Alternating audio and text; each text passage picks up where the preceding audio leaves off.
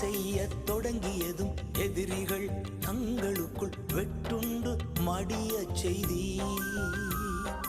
உம்மாலாகும் எல்லாமாகும், உம்மாலாகும் எல்லாமாகும். ஆகாதது எதுவும் இல்லை, உம்மாலாகாதது எதுவும் இல்லை.